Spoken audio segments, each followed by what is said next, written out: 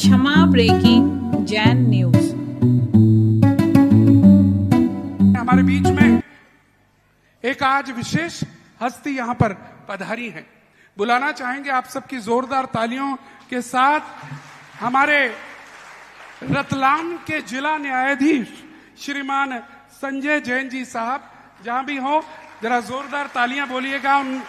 और उन्हीं के साथ आवाज देना चाहेंगे SC Jain retired deputy collector, पूर्व भाग्योदय प्रशासक भी हैं, वो भी साथ में आ जाएं। और Atul Jain retired commissioner sales tax भी साथ में आ जाएं। और संजय जी यहां पर एक जिज्ञासा भी करेंगे। और आपका और जो दो नाम मैंने और लिए हैं उन सबका स्वागत यहाँ की वर्षा योग समिति करेगी।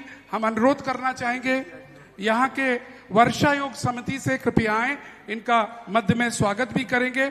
और साथ ही में अनिमेश जी जैन आरटीओ भी हमारे मध्य है, रिटायर्ड, वह भी यहाँ पर आ जाएं आप सब लोग। और ओवर टू यू, आपका प्रश्न। संजय जी प्रारंभ कीजिएगा।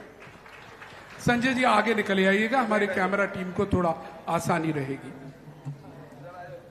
मुनीश्री के चरणों में नमोस्तु, शुल्लक जी के नमो वंदयामि, माता श्री संघ के में वंदामि। गुरुदेव, जैसा कि है कि मेरा जो काम है न्याय करने का काम है, न्याय विभाग में मुझे से दायित्व सौंपा गया है, तो कई बार ऐसी स्थिति में फंस जाते हैं कि जहां दोनों पक्ष बराबर रूप से दिखते हैं कि भाई इसके पक्ष में भी है, इसके पक्ष में भी है वो केस। तो ऐसी दशा में जब अनिर्णय की स्थिति रहती है तो तब हमें किन सिद्धांतों के आधार पर आगे मार्ग होना चाहिए जिससे किसी के साथ भी अन्याय ना हो सके और हमेशा जो भी दोषी व्यक्ति है उसको उसके कर्मों का दंड मिल सके। आपके कानून में हमें किसी ने बताया था कि वहां लिखा है कि 100 गुनाहगार बच जाएं लेकिन एक बेगुनाह को सजा नहीं होना चाहिए।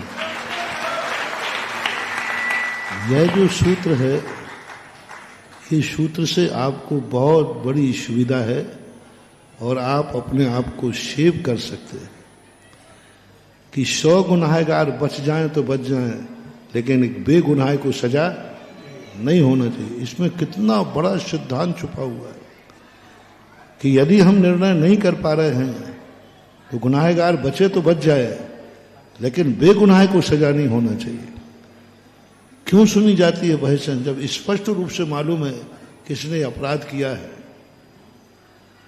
मजिस्ट्रेट भी वहां था, कलेक्टर भी वहां था, एसपी भी वहां था, सबने देखा है कि इसने ये कृत्य किया है, फिर क्यों ना उसको तुरंत पकड़ के सजा दी जाए। लेकिन नहीं, कानून कहता है इसकी पेशी दो, इसको सुनने का मौका दो, किया है ये पक्का है। फिर उसके सुनने का मौका क्यों दिया जाता है जब सबने, मजिस्ट्रेट भी वहां मौजूद था जब वो हादसा हुआ, हो सकता है ऐसा हादसा, कलेक्टर एसपी सब मौजूद थे, लेकिन फिर भी उसकी पेशी चल रही है। क्यों? क्योंकि कलेक्टर या आप लोगों ने, अधिकृत लोगों ने कृत्य देखा है, वो कृत्य किस कारण से हुआ ये तो नहीं देखा ना। इसी के लिए तो बहस की जाती है कि भाई उसने किया है पक्का है, लेकिन किस अभिप्राय से किया, किसी से दबाव में किया। हो सकता है उसने इसलिए किया हो कि तुम इसको नहीं मारोगे तो मैं तुम्हें मार दूंगा। वो इनकाउंटर में क्या होता है, इनकाउंटर में आप दो शब्द, अभी एक इनकाउंटर के ऊपर मैंने बहुत बड़ा प्रवचन दिया था, जैन दर्शन से निकला है encounter. Right to private defence इसी पे बेस्ड है पूरा जो कानून का है, हाँ, आत्मरक्षा का अधिकार। हाँ, तो ये जैन दर्शन से, जिसको हमारे शब्द में बोलते हैं विरोधी हिंसा। विरोधी हिंसा हमारा साहित्यिक शब्द है, आपकी भाषा का इनकाउंटर है। यदि मैं सामने वाले को नहीं मारता तो आप पूछते हैं कि भाई उसको नहीं मारते तो क्या होता, तो वो कहता है यदि मैं उसको नहीं मारता तो वो मुझे, बस यही केस लूज हो गया कि नहीं। बस यही हमारे यहाँ विरोधी हिंसा है कि यदि मैं ऐसा नहीं करता तो हमारा नुकसान हो जाता है। यदि हम खेती नहीं करें, इतनी हिंसा नहीं करेंगे तो क्या होगा, हम मर जाएंगे, हमारा परिवार मर जाएगा, जनता मर जाएगी और महाराज भी ऊपर चले जाएंगे, क्योंकि हार कहाँ से लाएंगे। तो अब इनकाउंटर हो गया।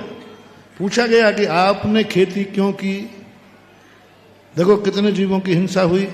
आपने अग्नि क्यों जलाई, कितने जीवों की हिंसा हुई। तो सामने वाले को कहना पड़ता है यदि मैं ये नहीं करता तो मेरा नुकसान देख लीजिए क्या है। जब उसने नुकसान की लिस्ट दी तो जैन दर्शन कहता है इसको इनकाउंटर है, ये इसको बरी कर दिया जाए। तो ये सुविधाएं आपके कानून में आपके लिए बहुत बड़ी दी गई हैं। तो इन दोनों पॉइंटों पर आप अपने आप को सेव कर सकते हैं।